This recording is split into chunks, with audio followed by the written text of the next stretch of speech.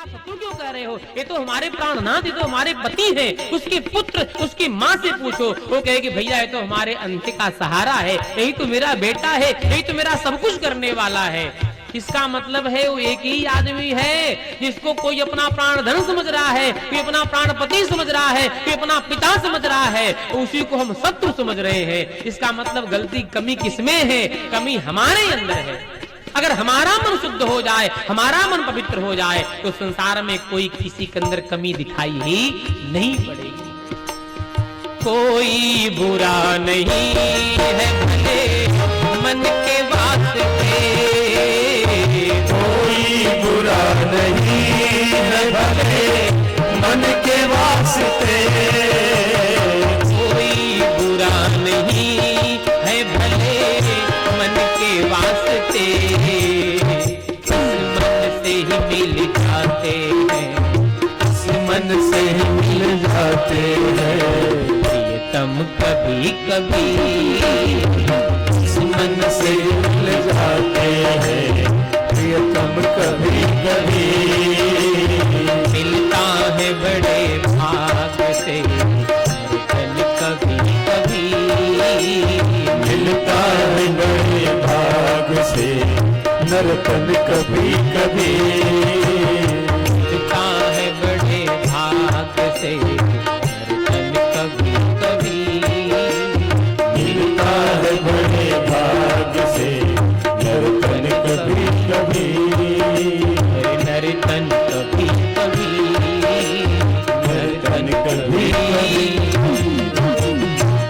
इसी बड़े भाग से नर्तन मिला है। इसलिए भैया संसार में बैर ठान के क्या करेंगे? जिस जमीन के लिए, जिस धन संपत्ति के लिए हम अपनों से लड़ाई झगड़ा मुकदमा तोड़ कचहरी कर बैठते हैं, वो सारी धन संपत्ति, सारा संसार का वह सब धन संपत्ति यही छूट जाएगा, साथ में कोई जाने वाला नहीं है। इसलिए भैया जब तक रहे, जब तक है जिंदगी, सभी को तू हंसा के जी, क्योंकि हंस हंस के सुलझ जाती है उलझन कभी कभी।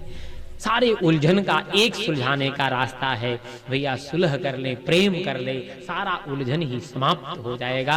सारे संसार से प्रेम करते अपना जीवन बीत जाए, यही सबसे अच्छा है। यह उपदेश दिया है ऋषभदेव भगवान के पुत्र भरत का चरित्र। ये वही भरत जी हैं जो बाद में मृग शरीर में आए, और क्योंकि इनका मन मृग में आसक्त हो गया था तो मरने के बाद मृग बने। दूसरी बात, ब्राह्मण बन करके आए और राजा रघुगुण को भवाटवी का उपदेश दिया है। भूगोल, खगोल इत्यादि का पंचम स्कंद में वर्णन किया गया है। सूर्य की गति का वर्णन किया, सुषमार चक्र का वर्णन किया, गंगा अवतरण की कथा सुनाई गई, हनुमान जी का चरित्र, हनुमान जी की अवतरण कथा यहाँ पे सुनाई गई है। 28 प्रकार के नरकों की कथा सुनाई गई है, और नरक की कथा सुन करके श्री परीक्षित महाराज पत्ते की तरह कांपने लगे हैं।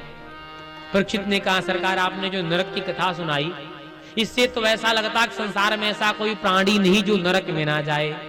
कोई बेटा अपने माँ के सामने आंख उठा करके केवल आंख निकाल करके देख भी ले, ऐसे बेटे को नरक में जाना पड़ता है। कोई पत्नी अपने पति के बराबर भाग में, बराबर आसन पे बैठ भर जाए, ऐसी स्त्री को नरक में जाना पड़ता है महाराज। तो आजकल उन पुत्रों का क्या होगा जो पुत्र अपने पिता की सेवा भी कर रहे हैं डंडे से, हैं? संसार में बहुत सारे धुंधकारी जैसे पुत्र घूम रहे हैं। पति के बराबर भाग में स्त्री बैठ जाए, धर्म पत्नी विशेष इस समय को छोड़ करके, विशेष प्रस्तुति को छोड़ करके अगर बराबर भाग में स्त्री बैठ भी जाती है, उसको नरक की यातना भोगनी पड़ती है। और जो आज के जमाने में सिर पे बैठ के घूम रही, उनका कौन, उनके लिए कौन नरक बनाया जाएगा? ऐसे बहुत सारे छोटे छोटे प्रायश्चित का, छोटे छोटे कर्मों का जो फल, जो नरक की बात बताई है, 28 प्रकार के नरकों कथा सुनाई। यह सुन करके परीक्षित कांपने लगे। परीक्षित ने कहा, सरकार इस नरक से बचने का कोई रास्ता भी है क्या? सुखदेव जी ने कहा, राजन बहुत सुंदर रास्ता है, चिंता करने का आवश्यकता नहीं। प्रयास करके, हर संभव प्रयास करके यह प्रयास किया जाए, बचा जाए, पाप से बचा जाए, धर्म से बचा जाए। लेकिन फिर भी अगर कोई पाप बन जाए तो संपूर्ण पापों का नष्ट करने का जो रास्ता है वो भगवान का नाम है। यहाँ पे अजामिल की कथा सुनाई, आप सभी लोग जानते हैं। कान्य कुब्जे दुजह कश्चित् दासी पत्र जामिल नाम्रा नष्ट सदाचारो दास्या संसर्ग दूषित। इस कथा से बहुत प्यारी एक शिक्षा मिलती है। देखिए भैया, संग करें तो अच्छे लोगों का संग करें। कोन कुसंगत पाई नसाई और रहीन नीच मते चतुराई। यहाँ पे युवा हमारी बहन और भाई बैठे हैं, आपके लिए बहुत विशेष कथा यह है, बहुत ध्यान सुनने की कथा है। संग करें, मित्र बनाए, तो कभी भी ऐसे वैसे को मित्र ना बनाए जिससे हमारा अपना नुकसान हो। बहुत विचार करके बहुत मित्रता करना अच्छा है, मित्रता दोस्ती करनी चाहिए, लेकिन बहुत विचार करके संग करें, क्योंकि कोन कुसंगति पाई न चा नसाई और रहीन नीच मते चतुराई। नीच के संग हम रहेंगे तो हमारी मति भी, हमारी बुद्धि भी भ्रष्ट हो जाएगी। बहुत सुंदर यहाँ पे कथा सुनाया है। ये देखिए, ये जो अजामिल था ना, ये बचपन में बहुत भक्त था, अपने माता पिता की खूब सेवा किया करता था।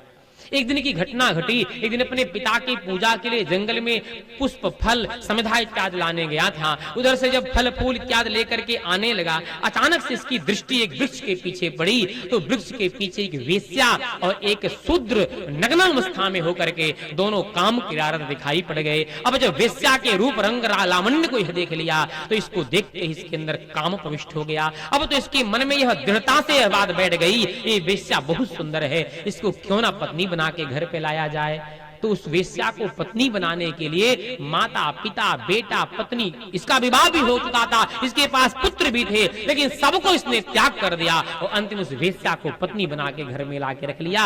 अब वेश्या तो वेश्या, उसको धन ही चाहिए, वेश्या को धन से ही, उसका धन ही धर्म है, उससे बाकी क्या मतलब। अब उसको धन चाहिए तो चोरी हत्या पाप करने लगा। इतना चोरी, इतना पाप, इतना लूट खसूट मचाया कि धीरे धीरे वृद्धावस्था आ गई। 9 पुत्र पैदा हुए हैं। संतों ने कृपा किया, पधारे हैं, और संत कृपा करके, ये संत जानते हैं, संत भी जल्दी सुतदारा और लक्ष्मी पापियों के घर होए, लेकिन संत समागम हरि कथा तुलसी दुर्लभ दोए। संतों का समागम जल्दी नहीं मिलता, फिर संतों का दर्शन कैसे जामिल को, पापी को मिल गया। जानते हैं, जो पहले का भजन था, जो माता पिता का सेवा का फल था, वो सेवा ही फलीभूत होकर के मानो संत के रूप में पधारे और इनको आदेश दिए, बेटा तुम्हारी पत्नी के गर्भ से बेटा होने वाला है, इसका नाम नारायण रख देना।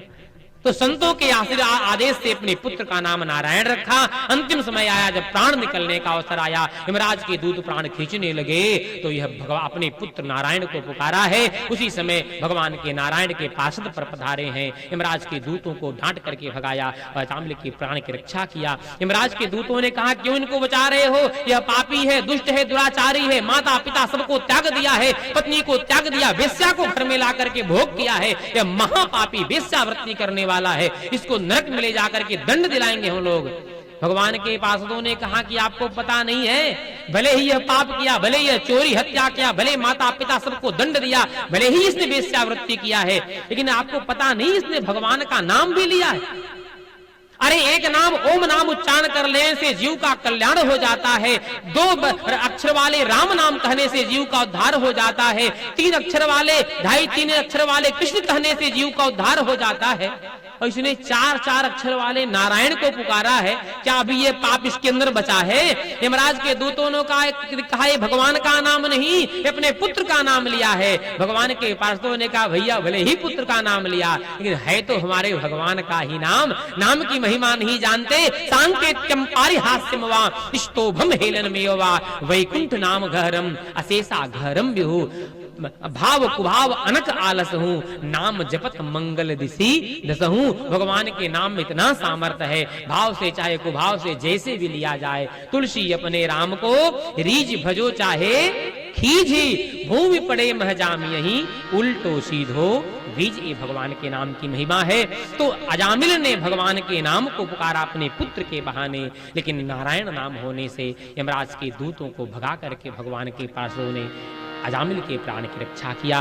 ये भगवान के नाम की महिमा है। तो भैया जैसे भी भगवान का नाम लिया जाए जीव का कल्याण करता है। 6ठे स्कंद में देवतासुरों के जन्म की कथा सुनाई गई है। 7वें स्कंद में भगवान के परम भागवत प्रहलाद जी का चरित्र सुनाया गया। आप सभी लोग जानते हैं हिरण्यकशिपु के पुत्र थे 4, हराद, सुहराद, अनुहराद, प्रहराद। गुरुदेव के यहाँ पढ़ने के लिए भेजा था। एक दिन अपने पास बुलवाया, पूछा बेटा क्या पढ़ के आए हो? प्रहलाद जी ने कहा पिताजी आज हमने बहुत सुंदर ज्ञान पढ़ा है। क्या? प्रहलाद जी ने कहा पिताजी श्रवणम कीर्तनम विष्णु स्मरणम पाद सेवनम अर्चनम वंदनम दास्य सख्य आत्म निवेदनम। हे पिताजी, भगवान की 9 प्रकार की भक्ति की जाती है। जैसे अजामिल, जैसे यमराज, जैसे हिरण्यकशिप ने सुना, अरे क्या तो हमारे भगवान, हमारे दुश्मन उस विष्णु की भक्ति की बात करता है? कहां तुम लोग हो? ले जाओ, इसको मार डालो। उठा करके अपने गोद से हिरण्यकशिप ने प्रहलाद जी को धरती पे पटक दिया है। ले जाओ, मार डालो। हाथी के पैर से कुचलवाया गया, समुद्र में फेंका गया। अग्नि होलिका लेकर के जलाने का प्रयास की, लेकिन होलिका खुद जल करके भस्म हो गई। लेकिन प्रहलाद जी का बाल बांका भी नहीं हुआ, क्योंकि जाको राखे साइया मार सके ना कोई, बाल न बांका कर सके चाहे सब जग बैरी।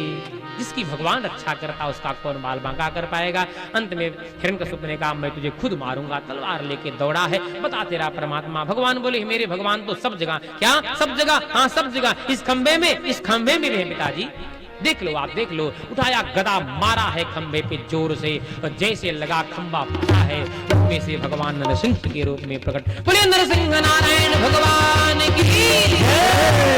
भगवान नरसिंह के रूप में प्रकट हो गए हैं। भगवान ने हिरण्यकशिप को उठा लिया, गोद में लेकर के ड्योढ़ी पे बैठ गए। भगवान बोले, वरदान लिया था ब्रह्मा से ना अंदर मरे ना बाहर, बता कहाँ है? देखा तो आधा शरीर अंदर, आधा शरीर बाहर लटका है। बोला, ना अंदर ना बाहर, हम तो बीच में लटके। भगवान बोले, वरदान लिया था ना ऊपर ना नीचे, कहाँ है? देखा ना ऊपर ना नीचे, भगवान के गोद में बीच में अटका पड़ा था। भगवान बोले, भैया बता, वरदान लिया था कि तू ब्रह्मा के अस्त्र, किसी अस्त्र और शस्त्र से नहीं मरेगा, बता मेरे पास क्या है? देखा ना अस्त्र ना शस्त्र, भगवान का नाखून दिखाई पड़ा। भगवान ने पूछा, वरदान लिया था ना नर से ना मनुष्य से, किसी से नहीं मरेगा, कौन तेरे सामने खड़ा है? देखा तो भगवान का आधा शरीर नर, आधा शरीर मनुष्य, नरसिंह भगवान बन करके आए थे।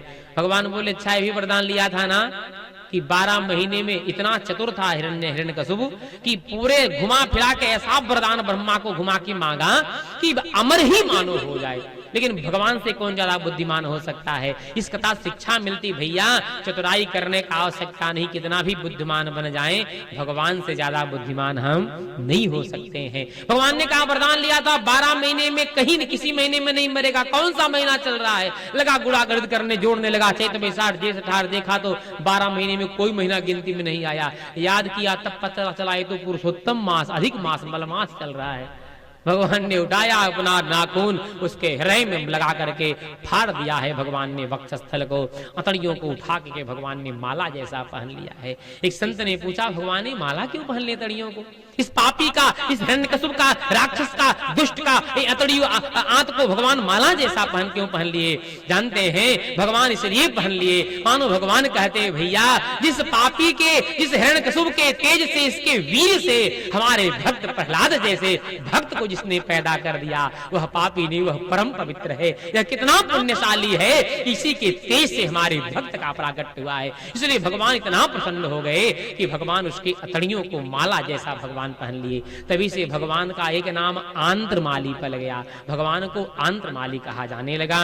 वह इस प्रकार से भगवान ने हिरण्यकशिप का वध किया है। प्रहलाद जी ने भगवान के गुस्सा को शांत करने के लिए स्तुति किया है। भगवान प्रसन्न हुए हैं। प्रहलाद को जैसे गैया अपने बछड़े को चाटी है, वैसे भगवान प्रहलाद को चाटने लगे हैं, अपने अंक में भर लिया है। इस प्रकार से दिव्य प्रहलाद जी का चरित्र सुनाया गया। 7वें स्कंद में ही चारों आश्रमों का वर्णन किया गया। 8वां स्कंद हुआ, इसमें सबसे पहले जो है गज और ग्राह की कथा सुनाई गई है। 10,000 हाथियों वाला बल वाला ग्राह जल पीने गया था वो सरोवर में। गज तो ग्रह आकर के उसके पैर को पकड़ के खींच लिया, सारा ताकत लगा करके प्रयास किया। सब परिवार के लोगों ने मिलकर के कोई सूंड पकड़ लिया, कोई पैर पकड़ लिया, कोई पूंछ पकड़ लिया, खींचने का प्रयास किया, लेकिन गज को ग्राह से बचा नहीं पाए। देखिए यही संसार है, सब लोगों ने प्रयास किया, जब नहीं बचा पाए तो सब लोग छोड़ करके उसको चले गए।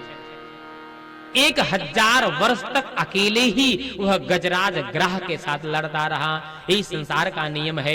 हमारे पास जब तक बल है, सामर्थ्य है, धन है, संपत्ति है, यश है, कीर्ति है, वैभव है, पद है, प्रतिष्ठा है, तब तक दूर दूर के लोग भी जो रिश्तेदार नहीं है ना, वो भी रिश्तेदार बन करके घूमते हैं। अरे हम तो फलाने के रिश्तेदार हैं, अभी बेटा IAS अधिकारी बन जाए, अभी बेटा कोई बढ़िया पद पा ले, तो जो रिश्तेदार बहुत दिन उससे रिश्तेदारी छूट गई है ना, वो भी रिश्तेदारी जुड़ जाएगी। क्यों? क्योंकि बेटा अधिकारी बन गया, कोई काम पड़ जाए तो बन जाएगा काम।